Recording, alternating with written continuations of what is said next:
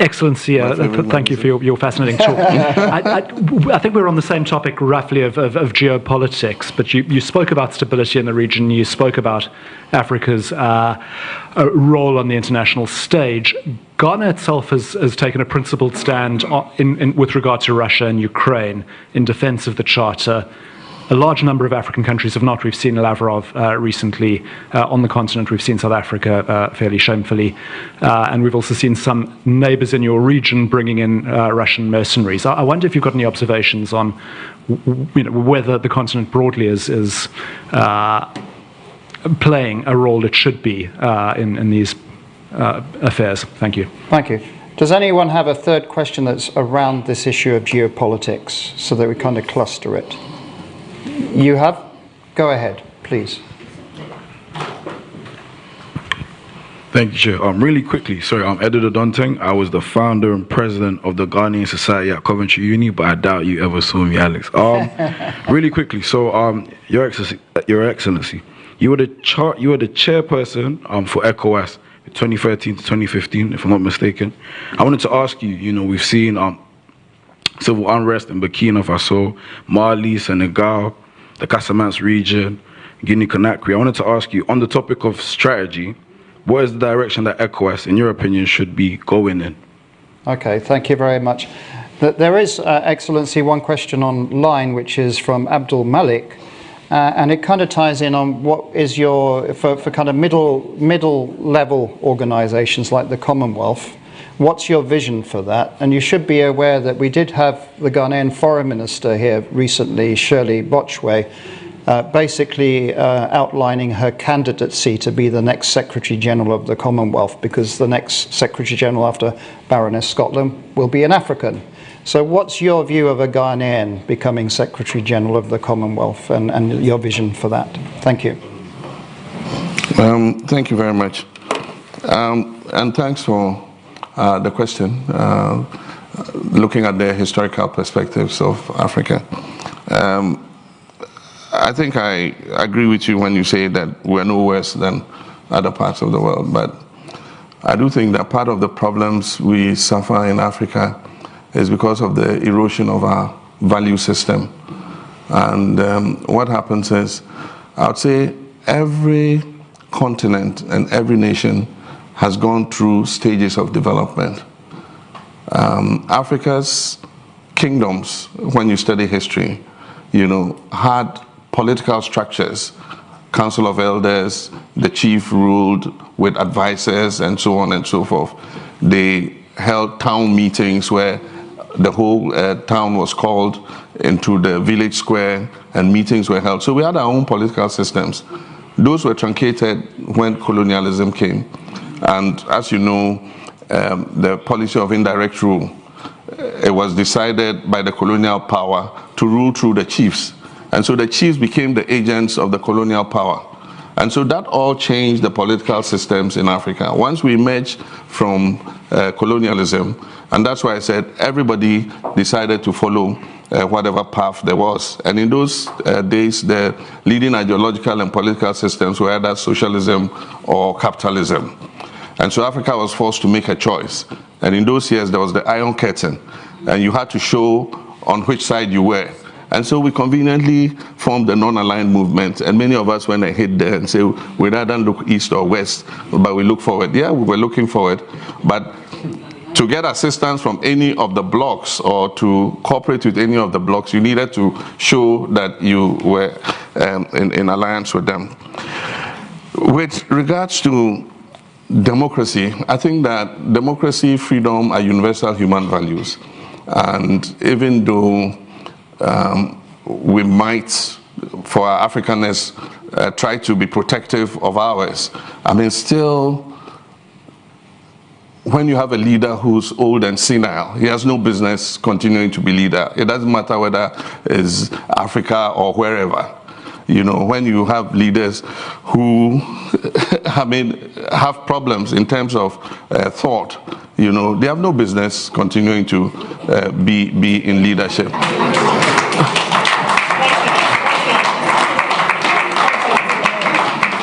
And especially when you have a population, a continent as youthful as Africa. 60% of the population of Africa is young. And so, I mean, why would you have 80-year-old and 90-year-olds, you know, still... I was going to say they should be home looking after their grandfather, their grandchildren, but I recently became a grandfather myself, so... And so values of democracy are universal, and we need to continue to deepen democracy in the modern world. And so I would say that, yes, we're proud of our African heritage, but the values of protecting human rights and freedoms is something that every human being aspires to, and we cannot rule that out. With geopolitics, well, Europe and NATO, I would say, have been occupied with the Ukraine-Russia war, and several times, again, we're called on to choose which side, you know, we're on. When Tigray and Ethiopia are fighting, we don't ask you, who do you support? Or when two African countries are fighting, we don't ask anybody in the world who you support. We try to intervene and resolve it. And so I think that the priority should be how to resolve the conflict. Of course, I don't believe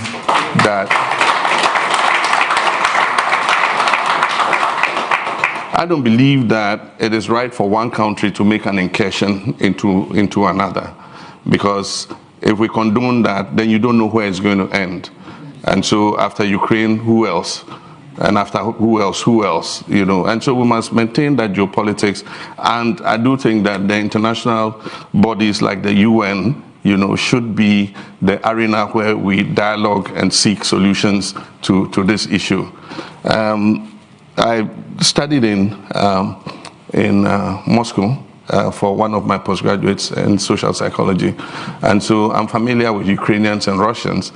And if I see two of them, I can't tell the difference between them unless they open their mouths and I listen to the dialect, you know.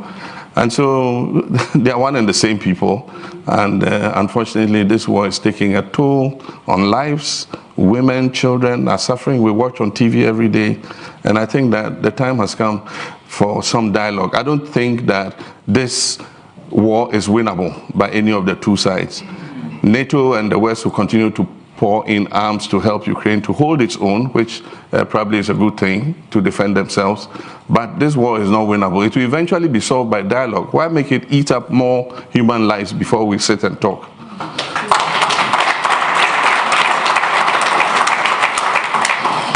I think the issue about, and I'm sure you were talking about Wagner in Mali and other places, Central African Republic. I think it's all a discussion about the role of private military armies. And I do think that that creates threats to security. We have national armies. When you start introducing private military, then it goes into the whole sphere of mercenaries. And we remember in the 70s and things, Africa had a very bad experience with mercenaries, where they invaded, you know, some countries to try and overthrow the government and things like that. I think that if there's a multiplication of these private armies, it could go into areas that we do not intend it to go. What the countries that are facing terrorism need is the support and equipment to be able to defend themselves against terrorism, the training and all that. And I think that that is the way to go. Ghana has a very good collaboration with UK, France, and the United States in terms of training against insurgency and terrorism. And I do think that African countries that face that threat, it should not only be the training and skills upscaling, it should also be supply of appropriate equipment to be able to defend themselves against these bandits. As chairman of the Commonwealth of Burkina Faso, I played a frontal role when Burkina Faso descended into crisis. That was when President Blaise Compaoré tried to extend his term of office, and there was civil unrest. The military took over eventually, And as chairman of ECOWAS, I had to lead a delegation there to help them establish a transitional government. And that's when President Kafando came as a transitional president. And then eventually elections were held and it was handed over to President Roch Kabore. Of course, he got overthrown again. And it's similar to the case in Mali. There was insurgency and terrorism. And the armed forces believed that the civilian government was not prosecuting, the defense of the country enough against terrorists. And so the armed forces themselves took over. But there's no evidence anywhere in the world that the armed forces in control of a country, is better able to fight, terrorism or insurgency than a civilian administration. And it's been proved. The security situation has worsened in both Mali and in Burkina Faso since the overthrow of the democratically elected governments. We need to continue to be engaged. I noticed that the EU, of course, with the Malian authorities asking the French to leave and all that, I noticed that there's a certain disengagement, and the attitude is like, okay, you're on your own and all that. I don't think we should give up on those countries, because terrorism anywhere is a threat to all humankind. And so even though those authorities are going in a certain direction, I think that the world should still remain engaged with both Mali and Burkina Faso and give whatever support we can to be able to help them deal with the situations they face.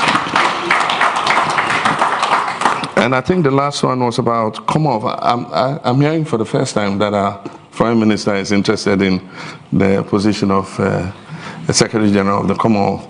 I've worked closely with Baroness Scotland. She's chosen me to lead several election observation missions in Kenya, in Sierra Leone, and other places. And I know her well. She's been quite capable Secretary General. Incidentally, she comes from the Caribbean, Dominica. And so if it's Africa's turn, why not? I mean, if we have a Ghanaian Secretary General, female, it's something I would support. Thank you. Okay, so the gentleman here, yes, sir, and we'll move this way and hope to have more time. Hi, my name is Mark Boland. I'm a research analyst at Red Intelligence. I've followed the debt situation closely over the past 2.5 years. So there was a figure from an MPP official that they would seek a 30% haircut on Ghana's Eurobond holders and other external creditors. So if you were in office, would you seek a higher or a lower haircut, or the same amount, given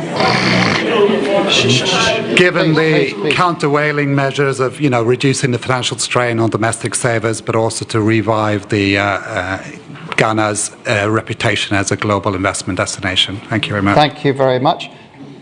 We have a question that is also about finance that wants to ask it live, but isn't with us. So if we can unmute him and allow Carlos Lopez to ask his question, please. So hopefully he can ask it. I think he's in Cape Town. Thank you. Yep, please introduce yourself, Carlos. Thank you. Thank you, His Excellency. It's a pleasure to see you at Chatham House. I'm asking the question in my quality of Associate Fellow of the Africa Program. I just wanted to ask you about climate finance. It's now very topical. It's a discussion that is occupying a lot of minds and very much linked with the issue that you raised about debt. There is a consensus that major reforms are needed. And I wanted to seek your views about how Africa can build a common position to negotiate and navigate the difficulties that are going to be confronted during this year and the next year in negotiations about climate finance. Thank you. Thank you very much, Carlos. And Carlos was the former Secretary General of the United Nations Economic Commission for Africa, if you didn't know that. The lady just here. We're moving this way in the room, and if we have time, we come back this side. We need to be... There's a microphone here, madam, please. Go ahead. Hello, everyone, and hello, Excellency. Okay, I joined NDC because of you. No, seriously. I joined in 2012, okay? And sometimes people think that, why do you join a party? Reason why I'm using that as a platform was because you had foresight. You were talking about plans that you were going to do for Ghana, and it was more modern. Now, one of the problems that I think I continue to have is when we talk about democracy, we talk about finances, we talk about how Africa is run. As the lady said, we've got westernized people that they steal more than you can even think of, okay? We've got monies that when it's borrowed to the African countries, there's more interest on. Now, when we are looking at the structure of Africa and accountability, how do you do that? Because in 2019, I was at your Crossroads talk at Come to Ghana then, and you gave solutions, and they didn't take it, okay? Now, you know that the elections that we continue to have, it is more fraudulent, and it's more tribalistic. It is more, it's degenerating now.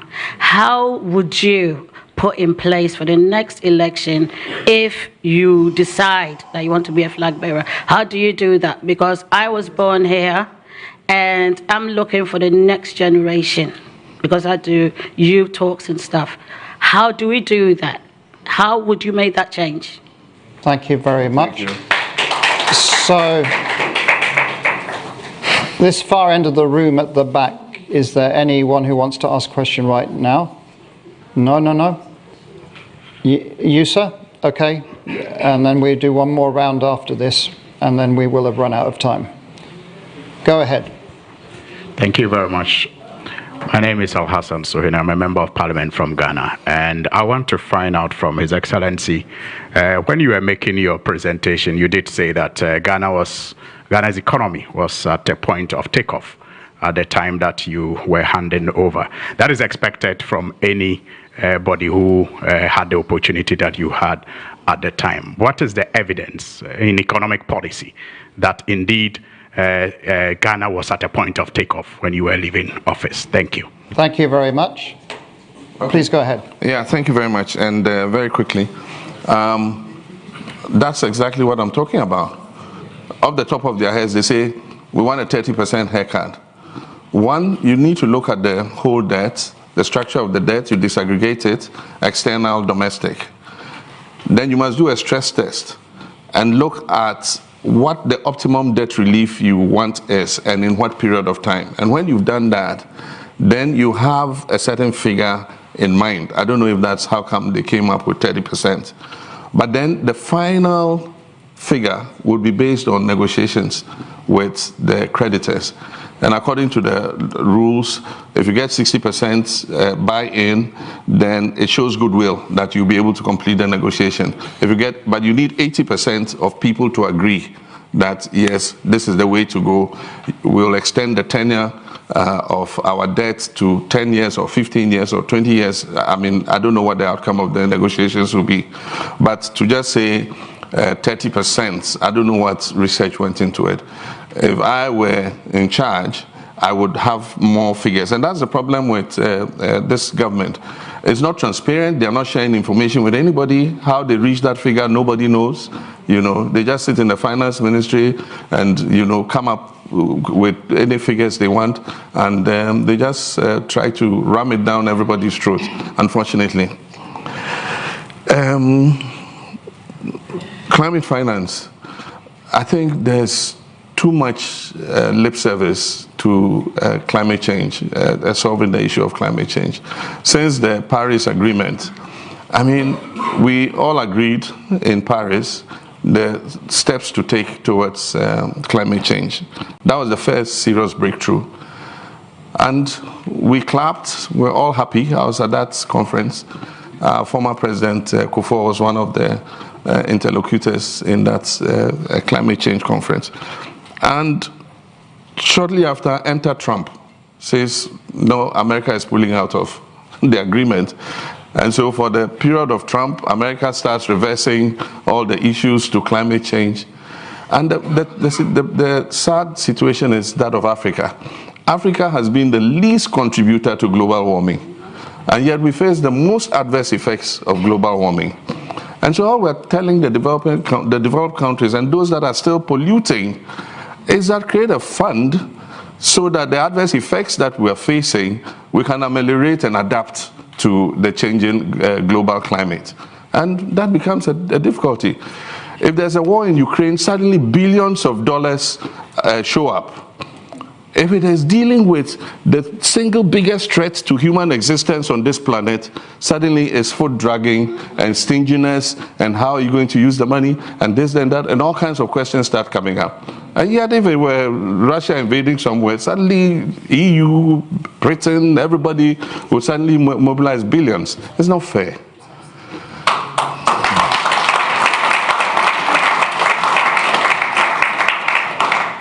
I think that climate change, not Russia, is the biggest threat to human existence. And we must be more ready to apply resources to it than to provide tanks and aircrafts and things. So that's my thinking on that. Thank you for... She says she became political.